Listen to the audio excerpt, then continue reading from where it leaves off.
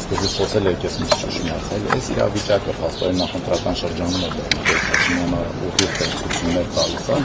ինչպես է բնութագրում։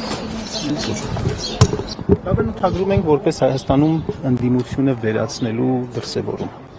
Այն ինչ տեղի ունեցավ 100 տարի առաջ խորհրդային Հայաստանում, հենց այս թվականներին էին, որ արդեն 23-24 թվականներից սկսեցին փակվել ընդդիմադիր նույնիսկ կուսակցությունները, ձերբակալվում էին առաջնորդները։ Սա բոլշևիկյան տերորի ժամանակաշրջանն է մեզ հիշեցնում, որի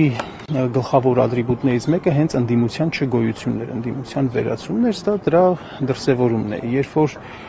կոնկրետ այս դեպքը Գագիկ Ծառուկյանը, որը որ տնտեսական գործունեությանն առնչվող ուրեմն դեպք է, փաստական հանգամանքների մեջ բնավ չխորանալով, ինչ ենք տեսնում ենք, որ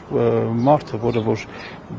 գործարար ինչ-որ բան անում է եւ չի հակադրվում այս իշխանություններին կամ ընդհակառակը աջակցում է Իմ քայլը հիմնադրամին, օրինակ գումար է փոխանցում եւ այլն, ամեն ինչ նորմալ է, բարեխիղճ է, հերոս է, հզոր է, հարկատու է, իսկ այն մարդիկ, ովքեր որ քաղաքական հայտ են ներկայացնում, նշանակում է ուրեմն նրանք թշնամի են եւ ինչ վարույթ էլ որ լիներ, դա պետք է նախաձեռնվեր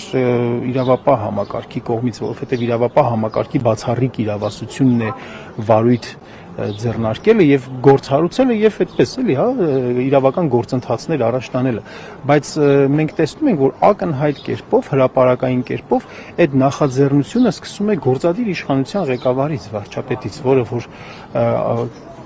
շատ վատ բառամթերքով